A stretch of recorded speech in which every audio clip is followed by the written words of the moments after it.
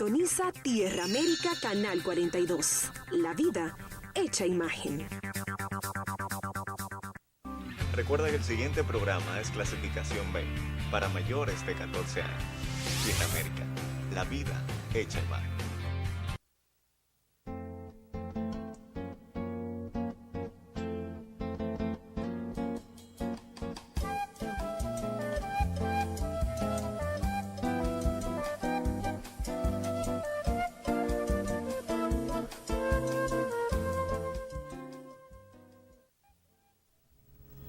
Saludos, país. Alegría de estar nuevamente con ustedes en una entrega especial de su espacio Voz para el Cambio. Esta ventana de patria, esta ventana de opinión, de compromiso con los cambios necesarios en la República Dominicana. Un espacio que tiene su compromiso con el ideal del patricio mayor de Juan Pablo Duarte. La sociedad dominicana y latinoamericana, ante los dilemas de los cambios, agobiada por los problemas propios de sociedades como la nuestra, sobre todo en el caso nuestro, de una democracia que no es tal, de un país que es digno de mejor suerte, que todavía el sueño del patricio está por concretarse, y es la aspiración nuestra como ciudadanos, como seres sociales, como políticos, como programa, como espacio de reflexión, completar la magna obra del padre de la patria. Y muchas veces decimos aquí que el ideal de Juan Bosch cuando fundó el Partido de la Liberación Dominicana era exactamente con el propósito de completar la obra de Juan Pablo Duarte. De una patria próspera, de una patria soberana, de una patria feliz, de una patria afincada en los valores y en la justicia. Pero estamos lejos de eso todavía, muy a pesar de los esfuerzos que históricamente ha hecho este pueblo. ¿Qué pueblo en América Latina ha luchado más que el dominicano? Solo que no hemos tenido suerte. Y más que suerte, es porque los liberales en la República Dominicana nunca nos hemos puesto de acuerdo. Una división permanente por nimiedades. Todavía hoy, 168 años después de haberse fundado la República, seguimos en el dilema de las divisiones. Es el gran desafío que tienen los democráticos en la República Dominicana. Y cuando digo los democráticos, digo los liberales, digo los revolucionarios, me estoy refiriendo al mismo sujeto social y político. Es el dilema, es el desafío. Pero América Latina hoy está en un trance también sumamente difícil, muy a pesar de la ola primaveral que baña América Latina, pero hay un momento hoy que es crucial. La salud del presidente Hugo Chávez Frías. De esto hemos hablado en toda la semana, porque lo de Hugo Chávez repercute no solo en Venezuela. Es que Hugo Chávez hoy no es solo una figura principalísima de Venezuela y de los venezolanos. Es al propio tiempo un dirigente continental, regional, de mucho peso. Y hemos dicho incluso que es el líder político de mayor trascendencia en el continente.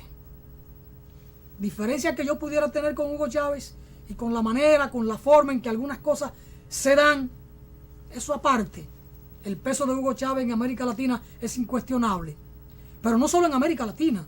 Hugo Chávez hoy es un dirigente de alcance mundial, porque los acuerdos y la política de Hugo Chávez con China, con Rusia, con el Medio Oriente y el peso aquí en América Latina hace de esta personalidad un dirigente de alcance mundial.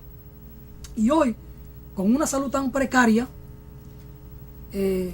eso preocupa no solo a Venezuela, también a América Latina, y una buena parte del mundo expresa su preocupación por la situación de salud del presidente de Venezuela, Hugo Chávez Frías. Naturalmente, una situación de carácter humano sumamente difícil, pero hay quienes se alegran de este trance de salud del presidente de Venezuela, porque la política tiene sus intereses y los intereses imperiales no tienen miramiento en términos humanos.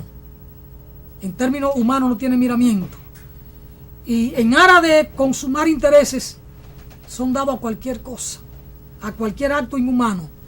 Y es conocida la política agresiva del imperialismo frente a otros pueblos.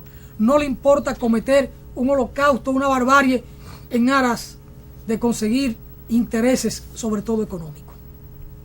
Por eso, hemos querido aprovechar la visita en el país de un dirigente, de un académico venezolano, un hombre de la vida política venezolana, para reflexionar sobre temas de Venezuela que no son solo temas de Venezuela, que son temas para los dominicanos, para América Latina, para el Caribe.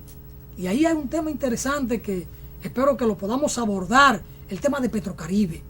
Y por supuesto la repercusión de la situación de salud de Chávez en América Latina y no solo en Venezuela. Esto para mí y para el pueblo dominicano es sumamente importante. Con nosotros aquí entonces en el programa Voz para el Cambio, el profesor Alexis Adarfio, profesor de la Universidad Bolivariana de los Trabajadores. Tiene un nombre que nos desafía, que nos invita a la reflexión y a hurgar. Yo en lo personal no conocía de la existencia de una universidad de trabajadores en Venezuela. Entonces, bueno, vamos a conversar de esta cosa con Alexis Adarfio, quien es ingeniero de profesión, pero que es un trabajador de la política y del sindicalismo, de alguna manera también, ¿no? Alexis, saludos, nos alegra que esté con nosotros en este espacio Voz para el Cambio, para intercambiar algunas ideas sobre Venezuela, los trabajadores, Hugo Chávez, Petrocaribe y cómo marcha la cosa en Venezuela hoy en día. Pero de entrada, nos gustaría saber los motivos de la visita suya a la República Dominicana y si es la primera vez que viene a la República Dominicana y si ya tenía alguna referencia sobre los dominicanos, sobre el merengue, la bachata, bueno, en fin, saludos.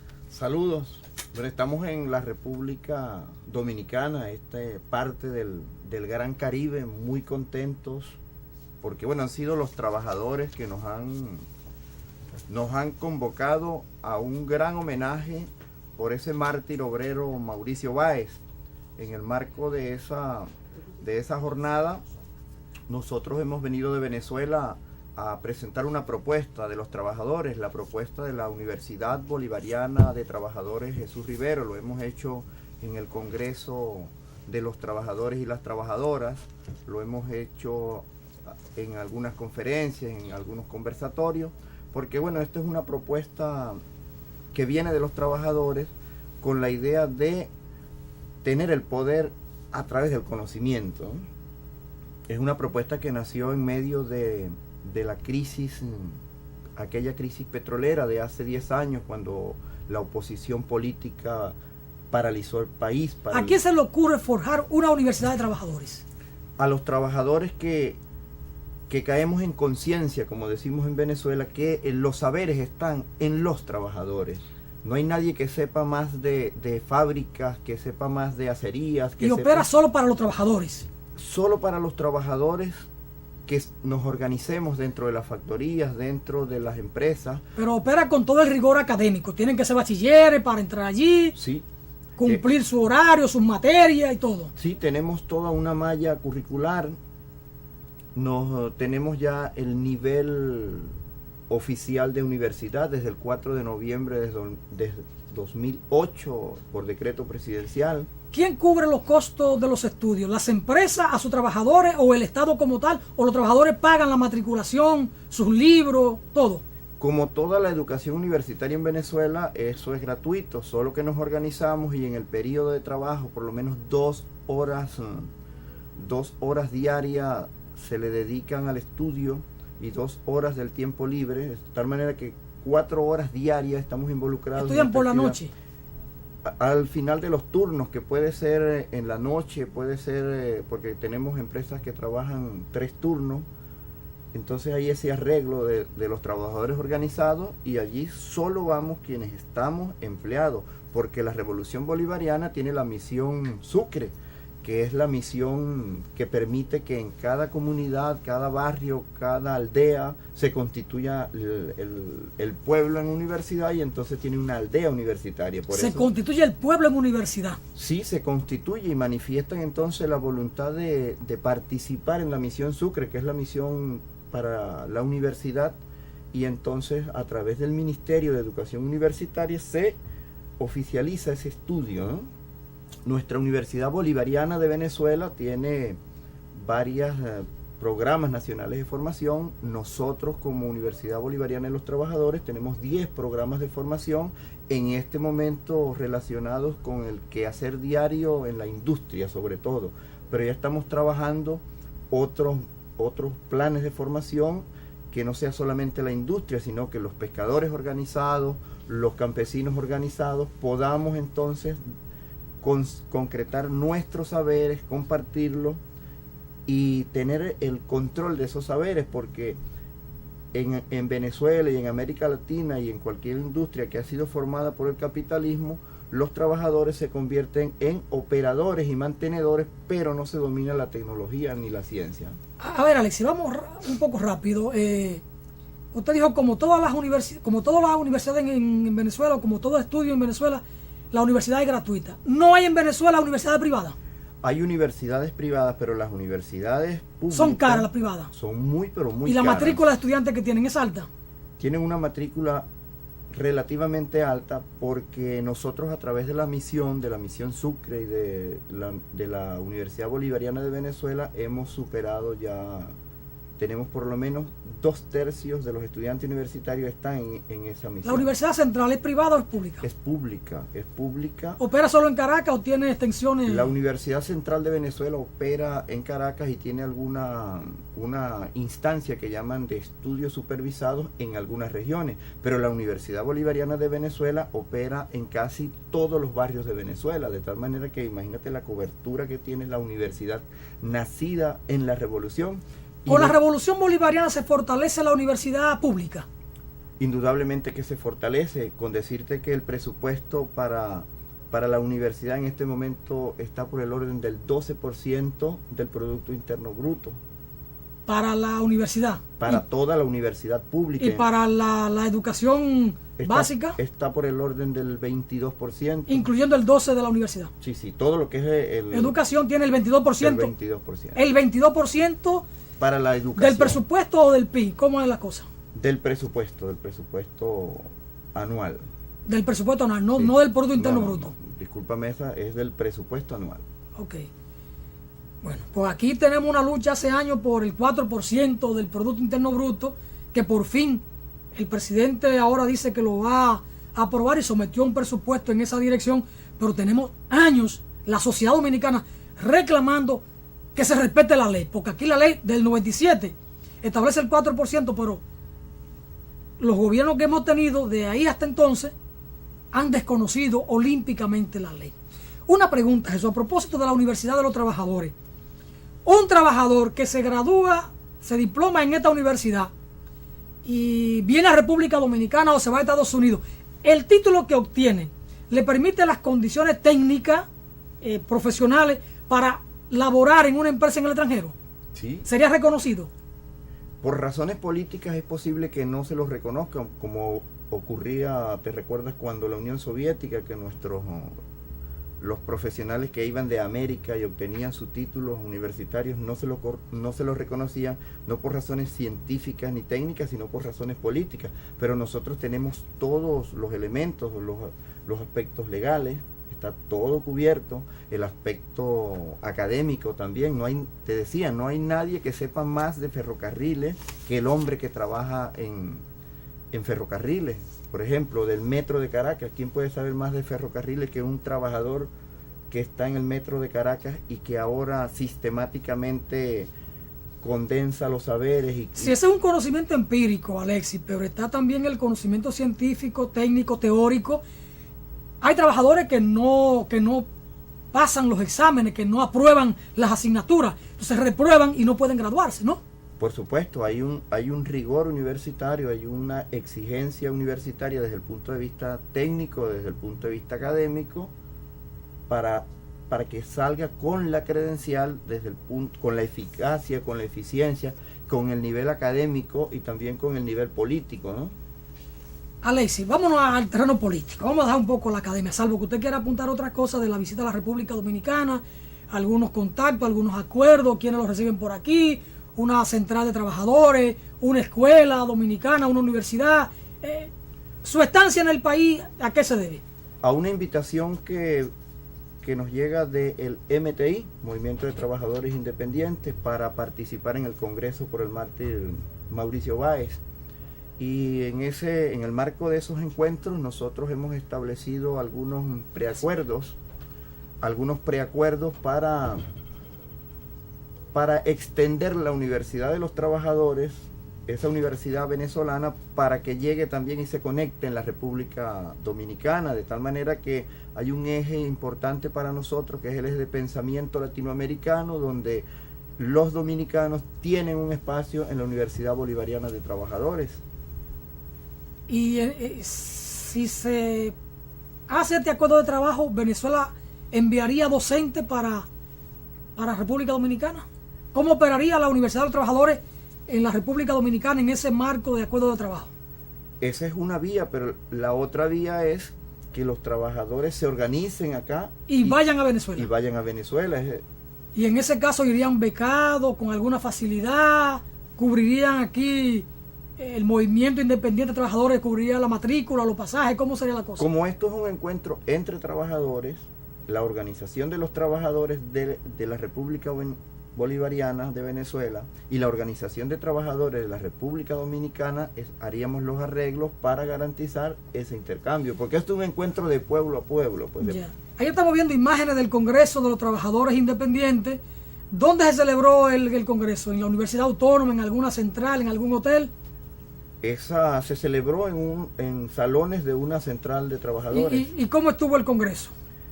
Para mí el Congreso estuvo muy nutrido, con mucha participación. ¿Hubo delegación internacional fuera de Venezuela? ¿Hubo otros países presentes? Estuvo presente de Guatemala, de Puerto Rico, nosotros los venezolanos, además de una delegación que viene de las Filipinas, también estuvo presente, y de Haití, por supuesto. Cuba, Colombia, Uruguay, Nicaragua, nada.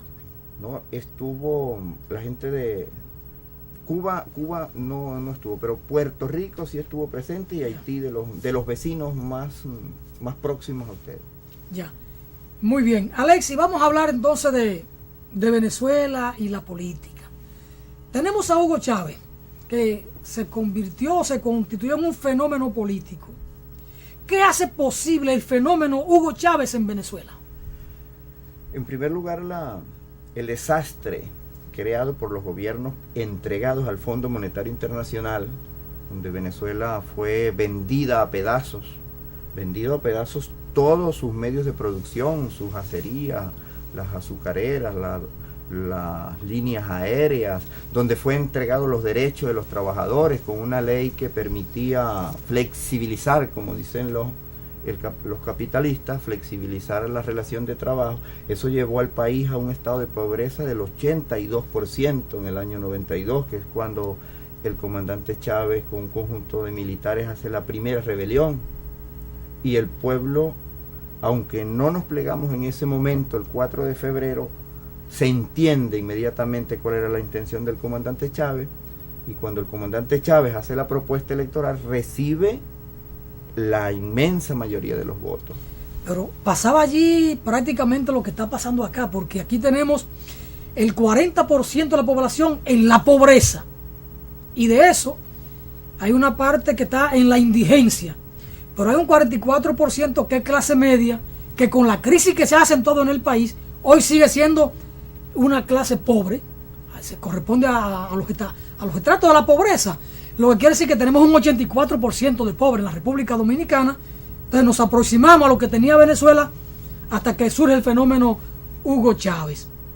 Hugo Chávez Frías, Alexis, es un líder populista, un líder transformador, un líder radical. En la concepción, en la visión de Alexis Adarfio, como académico, como venezolano, como activista político, ¿cómo concibe el liderazgo de Hugo Chávez? Es un líder transformador, es un ejemplo, es un promotor. Yo no sé si existe la categoría de líder transformador. A mí se me ocurrió inventármela aquí, pero no sé si existe como categoría sociológica. Decía nuestro maestro Simón Rodríguez que inventamos o erramos, de tal manera que los latinos siempre vivimos inventando cosas que son útiles. Bienvenida a esa categoría, bueno, que pudiera ser una nueva.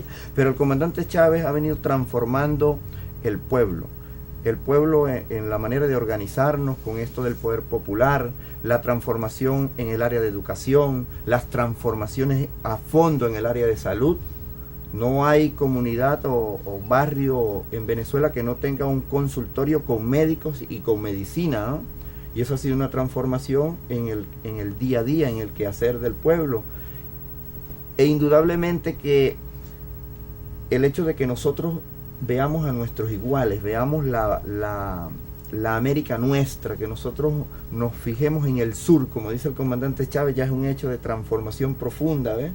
Ya en Venezuela nosotros vemos que las mejores relaciones deben ser entre el sur, los acuerdos entre el sur. Por eso tenemos la ALBA, tenemos Petrocaribe, donde aquí hay una oficina, tenemos el Telesur, tenemos ese tipo de cosas que son para transformar, ¿no? ¿Se puede asegurar que la revolución bolivariana y que Hugo Chávez han conjurado, han resuelto males ancestrales de la sociedad venezolana?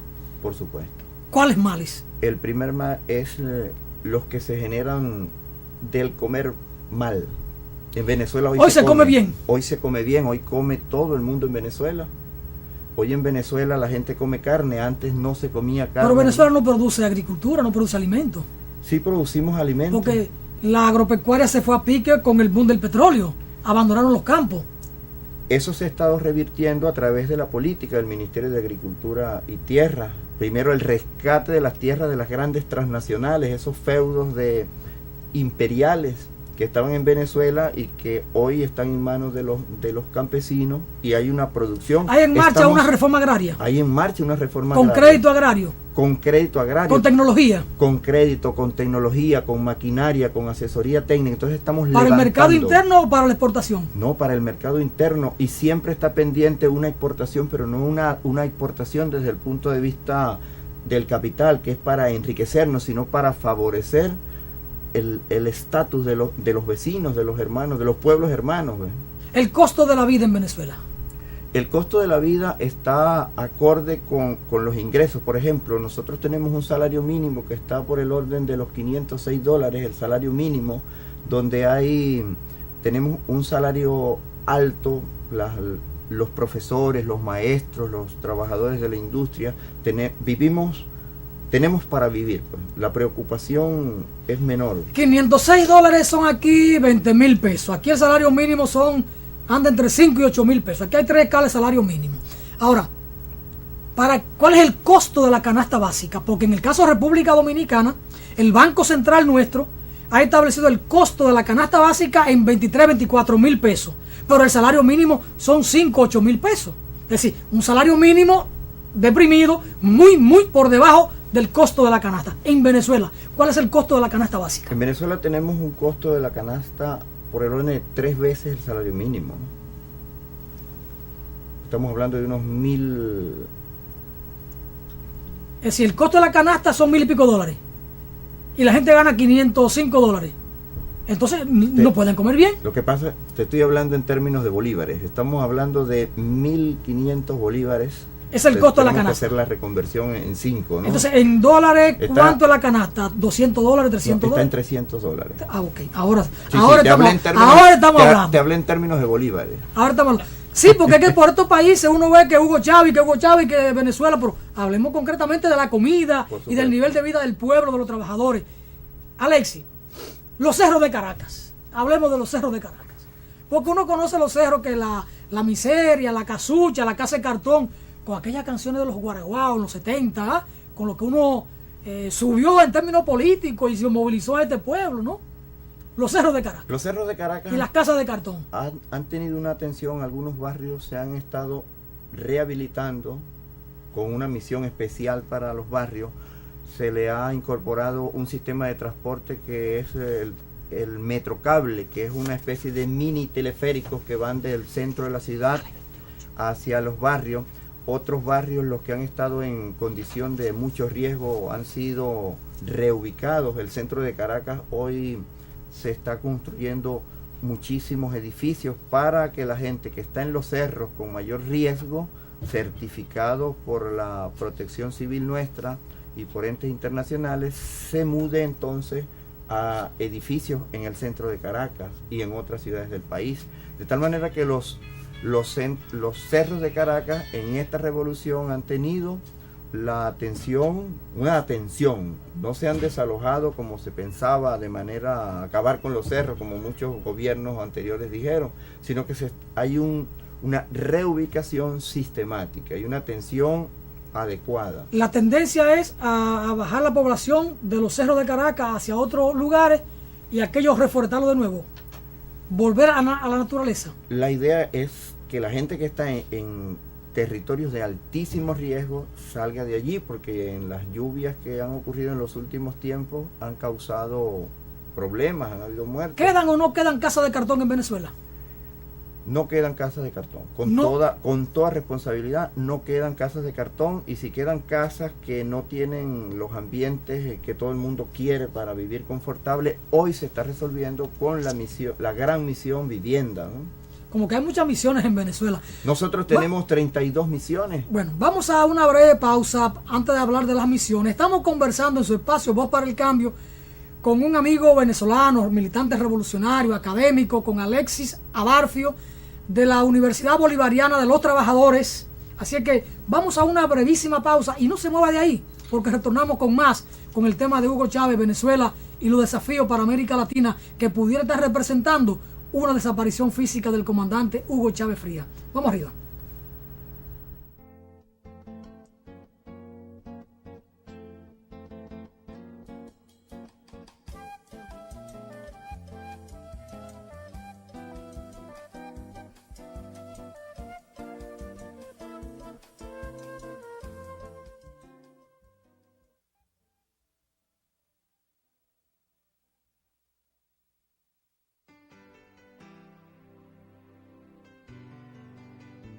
Cuba no es otra isla del Caribe.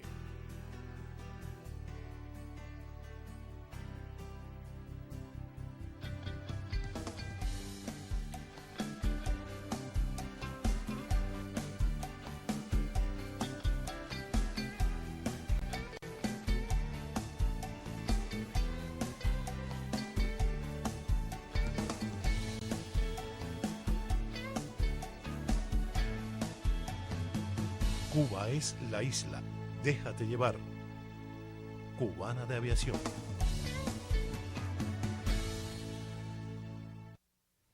Cuando usted vaya a comprar o vender una casa, un apartamento o un solar, piense en Felga S.A., una compañía de bienes raíces con criterio muy profesional.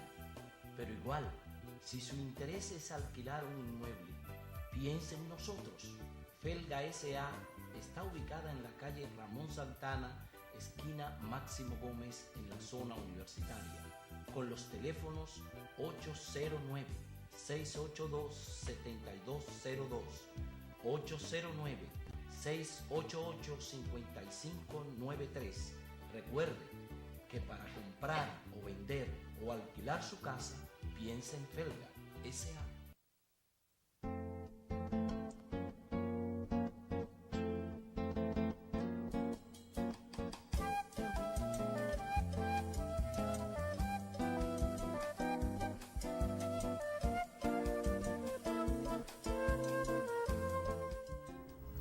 Seguimos conversando con aquí el amigo Alexis Abarfio de Venezuela en su espacio Voz para el Cambio. Temas interesantes, temas de patria y temas de América Latina. Alexis, hay un tema que en América Latina es crucial, es el tema de la criminalidad, de la delincuencia, de la violencia, el tema del narcotráfico. Por ejemplo, Guatemala es la ciudad, quizá el país más inseguro de América Latina, pero está el caso de Colombia con una violencia terrible, el caso de México. Aquí la violencia es hoy muy alta. Aquí incluso decimos que la sociedad dominicana se va mexicanizando. Pero también uno conoce que en Venezuela hay una situación difícil en cuanto a la criminalidad. Hoy, Alexis, la seguridad ciudadana o la violencia en Venezuela, la criminalidad, el tema del narcotráfico, este tema que es crucial, que es desafiante, ¿cómo se manifiesta en Venezuela? ¿Y cuáles pudieran ser o cuáles son las políticas públicas para encarar estos problemas de estos tiempos? En Venezuela En cuanto al narcotráfico, hay una política de atacar ese flagelo a nivel internacional. De hecho, la incautación de drogas ha sido cuantiosa en los últimos tiempos,